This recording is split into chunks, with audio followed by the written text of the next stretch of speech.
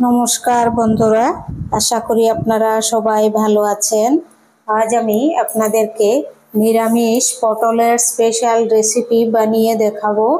তো চলুন দেখে নেবেন কিভাবে আমি পটলের স্পেশাল রেসিপিটি তৈরি করি।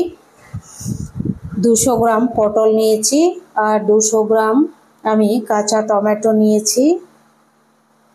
এখন প্রথমে 2 চামচ তেলের মধ্যে অল্প গোটা জিরা, অল্প গোটা গরম মশলা, তেজপাতা ফোড়নে দিয়ে দিয়েছি। তারপর দিয়ে দিচ্ছি এবার 3টি সেদ্ধ করে রাখা আলু। এখন দিয়ে দেব কেটে রাখা পটল, একদম ফ্রেশ পটল।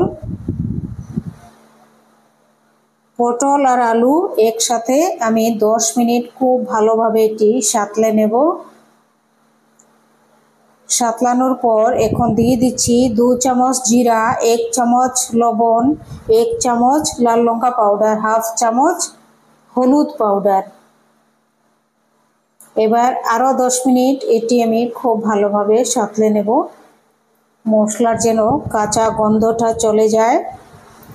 এবার সবজি সাঁতলানো হয়ে গেছে, দিয়ে দিচ্ছি 2টি কাঁচা টমেটো।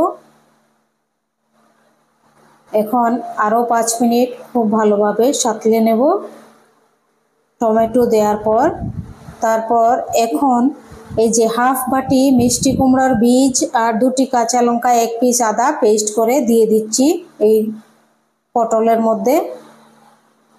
এই যে মিষ্টি কুমড়ার বীজ হাফ বাটি আর 2টি কাঁচা লঙ্কা, 1 পিস আদা।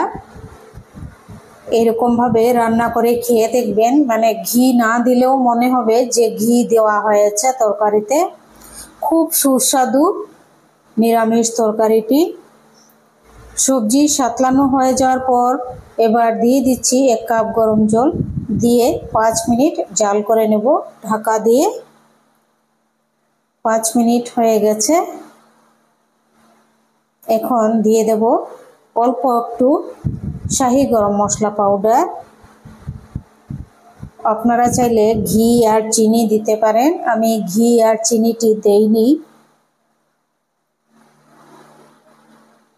হয়ে গেছে তরকারি রান্না, এবার গ্যাসটি অফ করে দেব। আপনাদের যদি রেসিপিগুলো ভালো লাগে সাবস্ক্রাইব করবেন, লাইক করবেন, শেয়ার করবেন, কমেন্ট করে জানাবেন কেমন হয়েছে পটলের স্পেশাল রেসিপিটি নিরামিষ। এরকম করে অবশ্যই রান্না করে খেয়ে দেখবেন, রুটি বা লুচি ভাতের সঙ্গে খুবই ভালো লাগবে। খুব সুন্দর সুস্বাদু এই রেসিপিটি। সবাই ভালো থাকবেন, সুস্থ থাকবেন।